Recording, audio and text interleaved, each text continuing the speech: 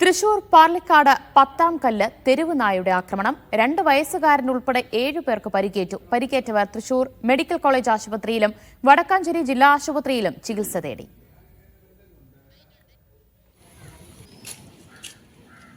ആദ്യം കഴിച്ചത് കുഞ്ഞുമാതാനാണ്.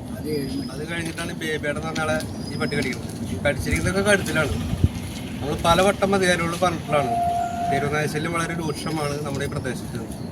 24-ാം വാർഡും 26-ാം വാർഡും സംഗമിക്കുന്ന ഒരു സ്ഥലമാണിത്. അപ്പോൾ നമ്മളിവരോടെല്ലാം പലവട്ടം പറഞ്ഞിട്ടുള്ളതാണ്. പക്ഷെ അവരിതിനെതിരെ ഒരു നടപടി ഇന്നവരെ സ്വീകരിച്ചിട്ടില്ല. ഇപ്പോൾ ഒരു 6 പേരെയാണ് ഇപ്പോൾ ഈ തെരുവുനായ കടിച്ചിരിക്കുന്നത്. ഇനി അത് കൂടാനാണ് സാധ്യത. ഇതുവരെ വാർഡ് മെമ്പറോ ആരും ഇങ്ങോട്ട് തിരിഞ്ഞു നോക്കിയിട്ട് പോലും വാർഡ് മെമ്പറോ ഇവരെ അറിയിച്ചിട്ടില്ലായിരുന്നു. ഇതുവരെ ആരും എന്തായി എന്ന് ചോദിച്ചിട്ട് വരെ വിളിക്കുകയോ അല്ലെങ്കിൽ അതിനെക്കുറിച്ച് അന്വേഷിക്കുകയോ ചെയ്തിട്ടില്ല.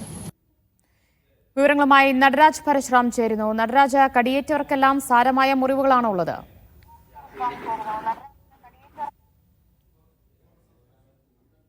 ദിവ്യ, ഇന്ന് രാവിലെയാണ് ഇത്തരത്തിൽ തെരുവുനായ ആക്രമണം ഉണ്ടായത്. വടക്കാഞ്ചേരി ഭാഗത്തെ പർലിക്കാട് എന്ന ഭാഗത്താണ് ഇത്തരത്തിൽ തെരുവുനായ പെട്ടെന്ന് ഒരു ഭാഗത്തേക്ക് ഓടി വരികയും അവിടെയുള്ള നാട്ടുകാരെ ആക്രമിക്കുകയും ചെയ്തത്. പകൽ സമയമായിരുന്നു.